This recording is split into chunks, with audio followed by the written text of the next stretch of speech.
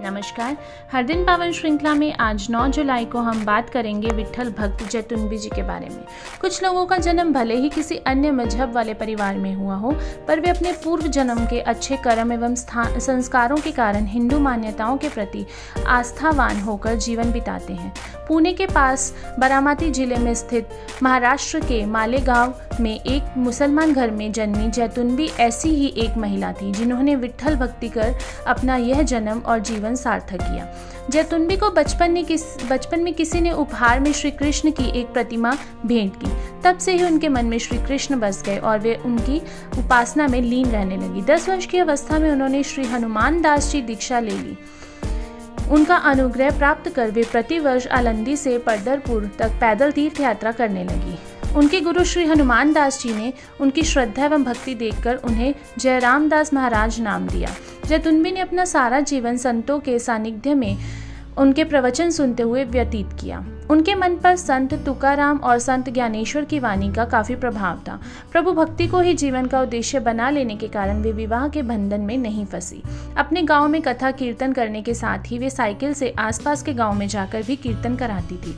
उनकी कीर्तन की शैली इतनी मधुर थी कि उसमें हजारों पुरुष और महिलाएं भक्ति भाव से शामिल होते थे। लोग उन्हें आग्रह पूर्वक अपने गांव में बुलाते भी थे। संत ज्ञानेश्वर की पालकी के साथ प्रतिवर्ष आलंदी से पंढरपुर तक जाने वाली उनकी टोली उनके नाम से ही जानी जाती थी। अपनी विट्ठल भक्ति को उन्होंने राष्ट्र भक्ति से भी जोड़ दिया था। उनके मन में देश की गुलामी का पीड़ा भी विद्यमान थी। स्वाधीनता से पूर्व वे क्रांतिकारी गतिविधियों में सक्रिय थी। उन दिनों वे कीर्तन में भजन के साथ देशभक्ति से परिपूर्ण गीत भी जोड़ देती थी।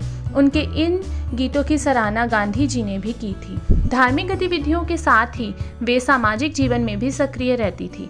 वे शिक्षा को स्त्रियों के लिए बहुत आवश्यक मानती थी। स्त्री शिक्षा के विस्तार के लिए किए गए उनके प्रयास भी उल्लेखनीय हैं। इसके बाद ही वे काल ब्राह्मण हो चुकी रूढ़ियों एवं अंधविश्वासों की घोर विरोधी थी। अपने कीर्तन एवं प्रवचनों में वे इन पर भारी चोट करती थी। इस प्रकार उन्होंने कथा कीर्तन का उपयोग भक्ति जागरण के साथ ही समाज सुधार के लिए भी किया। यद्यपि जैतुनबी का सारा जीवन एक अच्छी हिंदू महिला की तरफ बीता, पर उनके मन में इस्लाम के प्रति भी प्रेम था। वे व्रत और कीर्तन की तरह रोजे भी सम्मान श्रद्धा से रखती थी। यद्यपि कट्टरपंथी मुसलमान इससे नाराज रहते थे। उन्हें कई बार धमकियां भी मिली, पर जैतुनबी अपने काम में लगी रही। उनके कीर्तन और प्रवचन से प्रभावित होकर लगभग 50,000 लोग उनके शिष्य बने। आलंदी एवं पंढरपुर में उनके मठ भी हैं। वृद्धावस्था तथा अनेक रोगों का शिकार होने पर भी वे प्रतिवर्ष तीर्थ यात्रा पर जाती रही। वर्ष 2010 में भी उन्होंने यात्रा पूरी की। संत ज्ञानेश्वर की पालकी के पुनः पहुंचने पर 9 जुलाई 2010 को अपनी जीवन यात्रा पूरी कर वे अनंत की यात्रा पर चल दी। 80 वर्ष की आयु तक विट्ठल भक्ति की अलख जगाने वाली जैतुनबी उर्फ जयराम दास महाराज का अंतिम संस्कार उनके जन्म स्थान मालेगांव में ही किया गया, जिससे हजारों लोगों ने भाव लेकर उन्हें श्रद्धांजलि दी। अगर आपको हमारी वीडियोस पसंद आ रही हैं तो कृपया आप हमारे चैनल को लाइक, शेयर और सब्सक्राइब ज़रूर करें। भारत माता की जय।